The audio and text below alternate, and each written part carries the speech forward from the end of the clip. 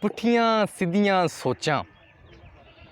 ਹੁਣ ਜੇ ਮਿਲੇ ਤੇ ਰੋਕ ਕੇ ਪੁੱਛਾਂ, ਵੇਖਿਆ ਹੀ ਆਪਣਾ ਹਾਲ, ਕਿੱਥੇ ਗਈ ਉਹ ਰੰਗਤ ਤੇਰੀ ਤੇ ਸੱਪਾਂ ਵਰਗੀ ਚਾਲ।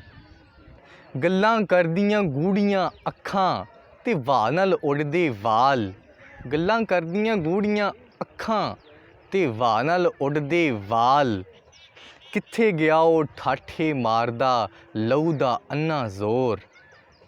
ਕਿੱਥੇ ਗਿਆ ਉਹ ਠਾਠੇ ਮਾਰਦਾ ਲਹੂ ਦਾ ਅੰਨਾ ਜ਼ੋਰ। ਸਾਵਾਂ ਵਰਗੀ ਗਰਮ ਜਵਾਨੀ ਲੈ ਗਏ ਕਿਹੜੇ ਚੋਰ। ਸਾਮੀਨ, ਮੈਂ ਤੁਹਾਡਾ ਹੋਸਟ ਤੇ ਮੇਜ਼ਬਾਨ ਤਲਾਲ ਅਜ਼ੀਜ਼।